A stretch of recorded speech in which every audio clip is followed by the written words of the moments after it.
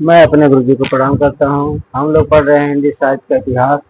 आज इतिहास में पढ़ेंगे हम लोग आचार्य रामचंद्र शुक्ल को, जो वेरी मोस्ट है।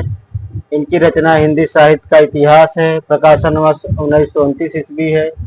प्रकाशन संस्था नागरिक प्रचार सभा काशी है। पद्धति विधेयवादी है। जो कुल रचनाकार इसमें 997 है, लगभग 1000 है।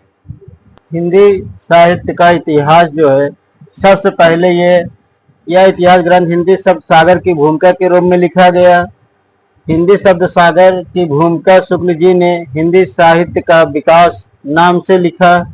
उसके बाद जब ये विस्तार इस पुस्तक का होने लगा, तो यह इसी कारण ही अलग से पुस्तकाकार के रूप में 1929 ईस्वी में हिंदी साहित्य का इतिहास नाम से प्रकाशित करवाया गया। कहने का मतलब ये है, सबसे पहले यह हिंदी साहित्य के इतिहास जो है किस नाम से जाना जाता था? हिंदी शब्द सागर के नाम से।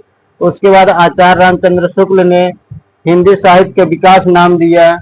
फिर जब ये हिंदी साहित्य के विकास एकदम विस्तृत होने लगा, लोगों में जाने लगी, ये किताब पढ़ी जाने लगी, तो ये विस्तृत हो गया, तो उसको पुस्तकाकार के रूप में 1929 ईस्वी में इसको हिंदी साहित्य का इतिहास नाम से प्रकाशित करवाया गया। में यह विधेयवादी पद्धति में रचित हिंदी का प्रथम इतिहास ग्रंथ है। इसे सही अर्थों में हिंदी साहित्य का पहला प्रमाणिक इतिहास ग्रंथ माना जाता है।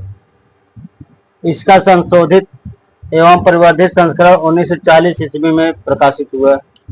शुक्ल जी ने चंद्र बरदाई को हिंदी का प्रथम महाकवि माना है। इस तथ्य में शुक्ल जी ने अपने इतिहास ग्रंथ लेखन के लिए निम्नलिखित रचनाओं को आधार रूप में ग्रहण किया है। जैसे मिश्र बंधु विनोद मिश्र बंधु ने लिखा है।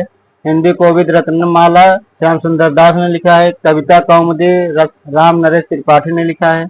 ब्रज माधुरी सार वियोगी हर ने लिखा है। विशेष तथ्य में शुक्ल जी ने इतिहास ग्रंथ का आरंभ सिद्धिक वाणियों से हुआ है, ऐसा मानते हैं। इस इतिहास ग्रंथ में कवियों और लेखकों की रचना शैली का वैज्ञानिक विश्लेषण किया गया है। कवियों एवं उनके काव्य के मूल्यांकन में समालोचनात्मक दृष्टिकोण अपनाया गया है। आज का इतिहास ग्रंथ वीडियो यहीं तक। कल हम लोग पढ़ेंगे हिंदी साहित्य के इतिहास का काल विभाजन, कल पढ़ेंगे। धन्यवाद।